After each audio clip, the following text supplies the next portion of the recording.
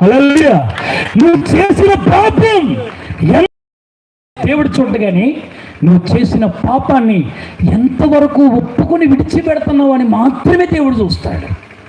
హల్లెలూయా. పాపములో ఉండి పరలోకం వెళ్ళటం అసాధ్యం, జబ్బుతో ఉండి పరలోకం వెళ్ళటం సాధ్యం. ఇది వాస్తవం.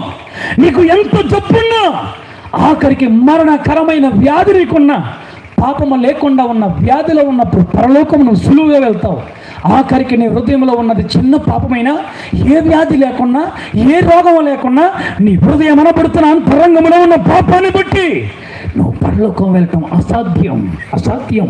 ఆ దేవుని వాక్యాన్ని వింటూ ఉన్నప్పుడు బిడ్డలారా, వాక్యము దొరుకుతున్నప్పుడు మాత్రమే మనము శీఘ్రముగా మనం అంగీకరించే వారమై ఉండాలి.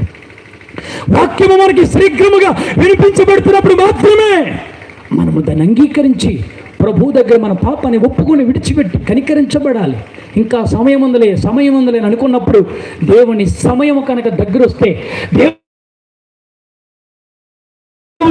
ఆఖరి కాలమైతే, ఈ రాత్రి ఆఖరి రాత్రి అయితే ఒక్కసారి మన పరిస్థితి ఏంటో ఒకసారి ఆలోచన చేయండి. ఇశ్రాయేలు యొక్క జీవితంలో ఆ రాత్రి ఆఖరి రాత్రి అయిపోయింది. ఇదిగో కోతకాలము గతించిపోయింది, గ్రీష్మకాలం వచ్చేసింది.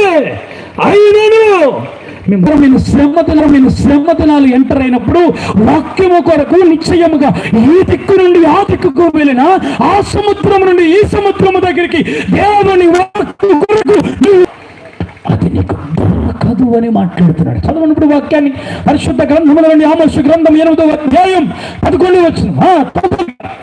ఆమోసు గ్రంథం 8వ అధ్యాయం 11 వచనం. మైకో చదవండి ఎవరైనా,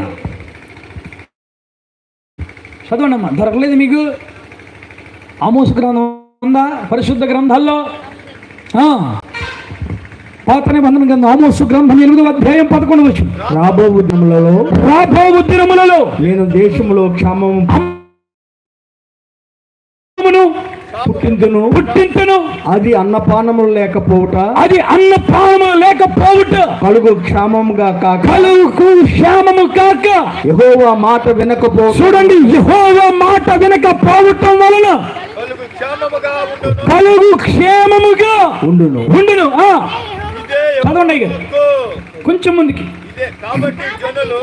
కాబట్టి నా జనులు యెహోవా మాట కొరకై, చూడండి, వెతుకుటకై ఈ సముద్రము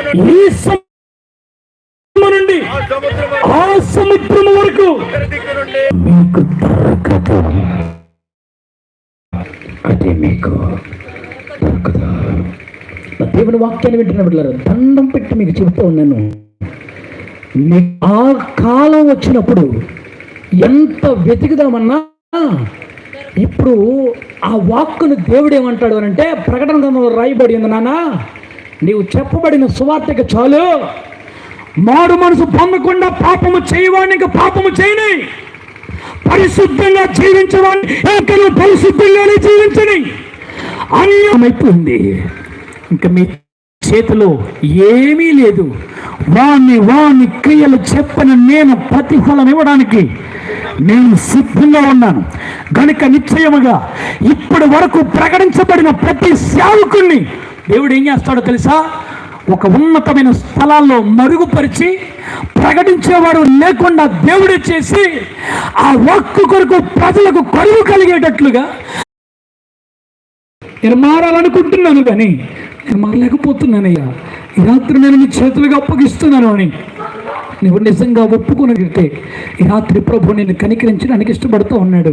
ఈ మాటల ద్వారా ఎందరైతే అంగీకరించారో, ఈ మాటల ద్వారా ఇదిగో నీ హృదయం పొలవబడితే, నిజంగా అయ్యా ఈ రోజు నుంచి నేను మారుతాను, ఈ రోజు నుంచి నీ మందిరానికి వస్తానయ్యా, ఈ రాత్రి నుంచి నేను ఇదిగో నీతో నేను గడుపుతాను, నా యథార్థమైన జీవితాన్ని నేను జీవిస్తాను, నా పాపపు జీవితాన్ని నేను విడిచిపెడతాను, నా రేప జీవితాన్ని నేను విడిచిపెడతాను, నా భయంకరమైన విభిచార జీవితాన్ని నాలో నుంచి నేను తొలగించుకుంటాను అని నీలో ఎవరైనా ఒక తీర్మానం కలుగుంటే మీలో మీరే చెయ్యొచ్చమని నేను చెప్పను, కానీ లేచి నిలవబడను నేను చెప్పను, కానీ మనుషులకు కనబడుట కంటే సర్వశక్తిమంతుడైన యేసయ్య దగ్గర ఈ రాత్రి నువ్వు ఒప్పుకుంటే నా ప్రభు నిశ్చయముగా